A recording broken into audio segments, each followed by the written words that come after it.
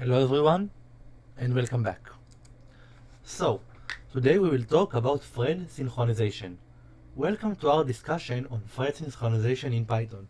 Today we will explore how to use locks to manage data consistently and prevent race condition in multi-threaded applications. So, let's talk a little bit about race condition. A race condition occurs when two or more threads access shared data and try to change it at the same time. It leads to unpredictable outcomes because the thread schedule may vary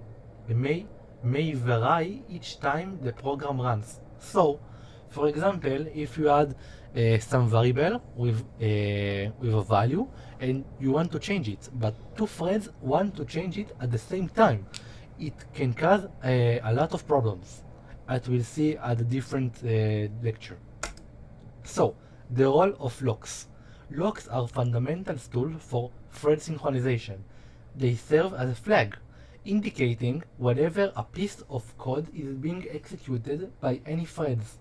By using locks, we can ensure that only one thread at each time can execute a specific segment of the code.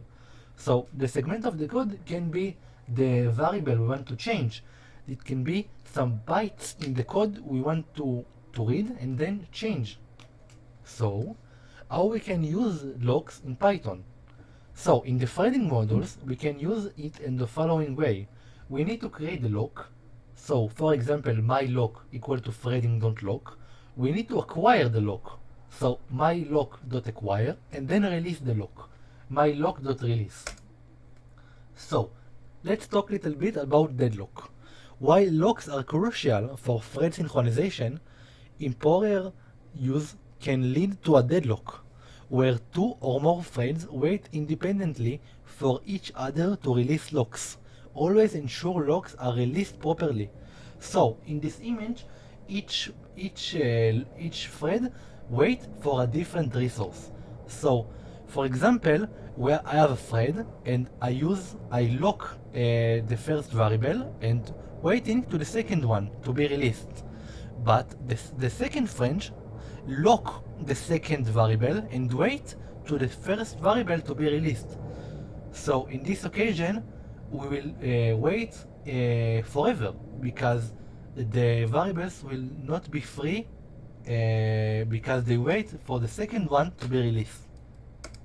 So, a couple tips from me to you about using locks. First of all, minimize the amount of code executed within a lock to reduce blocking. Prefer using within statement for lock management to ensure that the lock is always released. We will see at the next chapter of the lock and the deadlock that the best way is to use with. When you use with on the lock, we always be sure that the lock is free. And the last one is be mindful of the potential of deadlock and design your locking strategies accordingly. So, to conclusion, locks are a powerful mechanism for synchronization threads in Python. They help maintain data intelligently and prevent race conditions, enabling the safe execution of concurrent operation. Mastering this key will develop you a robust multi-threaded applications. So, in the next lecture, we will dive into some locks in Python. I will see you there. Bye bye.